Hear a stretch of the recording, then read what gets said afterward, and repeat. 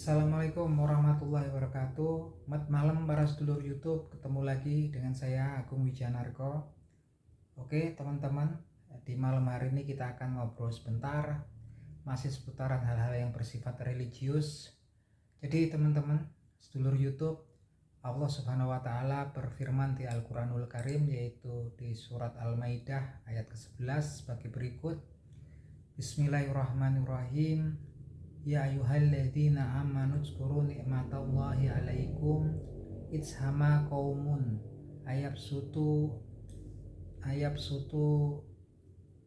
ilaikum aydiyahum fakafa aydiyahum ankum wattaqullah wa 'alallahi falyatawakkalul mu'minun, yang artinya sebagai berikut. Wahai orang-orang yang beriman, ingatlah kalian kepada nikmat Allah Subhanahu wa Ta'ala ketika ada suatu kaum yang hendak menyerang kalian dengan tangan mereka, dan kemudian Allah Subhanahu wa Ta'ala menahan tangan mereka terhadap kalian. Dan bertakwalah kalian kepada Allah Subhanahu wa Ta'ala, dan hanya kepada Allah Subhanahu wa Ta'ala lah orang-orang yang beriman itu bertakwa atau berserah diri. Jadi teman-teman, berkaitan dengan ayat ini teman-teman, ada suatu peristiwa yang terjadi ya. Jadi pada suatu saat ada suatu kaum di Jazirah Arab, yaitu kaum sukunya namanya suku Muharib, yang memang mereka berniat untuk membunuh Rasulullah SAW, dan mereka kemudian suku tersebut, suku Muharib, mengutus salah satu jagoan dari mereka, namanya Gauras bin Haris. Jadi kemudian Gauras bin Haris ini diutus oleh sukunya untuk membunuh Rasulullah SAW ya, ketika awal kenabian ya. Kemudian suatu saat Gauras bin Haris ini berhasil menemui Rasulullah, bertemu dengan Rasulullah, dan beliau sudah membawa pedangnya, dan kemudian dia bertemu Rasulullah yang pada saat itu tidak membawa apa-apa. Si Gauras ini berkata kepada Rasulullah, "Ya Muhammad, untuk saat ini aku akan membunuhmu, dan siapa yang akan melindungimu?" Kemudian Rasulullah SAW berkata, "Allah lah yang akan melindungi saya." Dan kemudian Gauras bin Haris ini merasa ini ya, seperti kaget, dan beliau itu kakulah tangannya. Kemudian tiba-tiba dia kaku tangannya, dan pedangnya itu yang terhunus itu lepas dari tangannya dan terjatuh. Kemudian Rasulullah SAW mengambil pedang tersebut, dan kemudian dia berkata kepada Gauras bin Haris, "Nah sekarang pedang ini di tanganku, siapa yang akan melindungimu?" Kemudian dengan tertegun Gauras bin Haris berkata, "Engkaulah sebaik-baik orang yang melakukan suatu tindakan." Kemudian Rasulullah SAW ternyata tidak membunuh, tidak menebas Gauras bin Haris, tapi kemudian beliau meminta kepada Gauras, "Maukah kamu bersaksi bahwa tiada Tuhan selain Allah Subhanahu wa Ta'ala, dan bersaksi bahwasanya aku adalah Rasulnya Allah, Nabi dan Rasulnya Allah Subhanahu wa Ta'ala?"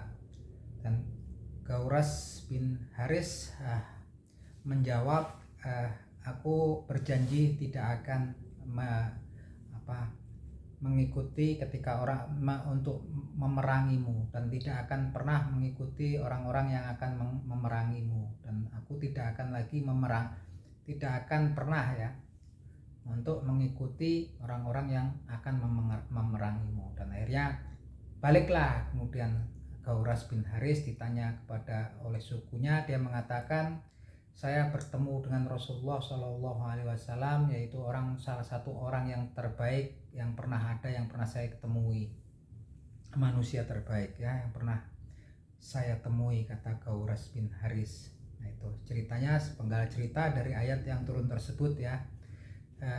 Jadi teman-teman, itu bukti kekuatan keimanan seorang, keyakinan seseorang dengan menyebut nama Allah Subhanahu wa Ta'ala, sampai kemudian menyebabkan Gauras bin Haris yang pada waktu itu memang udah betul-betul berniat untuk membunuh Rasulullah SAW, dengan pedang terhunus, dengan niat yang tekad yang sudah bulat, dia kemudian menjadi kaku dan ketakutan sampai kemudian pedangnya jatuh. Jadi disinilah letak keyakinan. Jadi kita ketika mengucapkan sesuatu pun, ketika hati kita tertaut di situ, keyakinan kita juga tertaut di situ, akan menimbulkan suatu keajaiban ya, mukjizat yang memang luar biasa seperti itu. Jadi banyak kita sekarang ya berdoa cepat-cepat, apapun cepat sekali, terus yang kemudian mungkin sebagian dari kita nggak ngerti apa sih maksudnya. Terus gimana kita mau terikat hati kita dengan apa yang kita ucapkan. Jadi teman-teman, kalau menurut saya, kalau dalam berdoa ataupun kita mengucapkan sesuatu, membaca kitab suci Al-Quranul Karim, kalau bisa hati kita betul-betul tertaut ya dengan apa yang kita ucapkan, dan kita wajib mengerti sehingga kita dapat menghayati dan betul-betul menautkan hati kita terhadap apa yang kita ucapkan. Walaupun sekedar kata Allah Subhanahu wa Ta'ala, Allah yang akan melindungi saya, itu bisa menimbulkan mukjizat kekuatan yang luar biasa, sampai orang yang betul-betul berniat jahat, sudah bulat membunuh Rasul pun, beliau sampai kemudian nggak bisa melakukan apa-apa ya. Oke, jadi itu teman-teman, obrolan kita tentang salah satu latar belakang ya, cerita yang terjadi yang melatar belakangi. Biasanya kalau suatu ayat turun itu biasanya ada peristiwa atau kejadian yang memang berhubungan dengan ayat yang turun tersebut.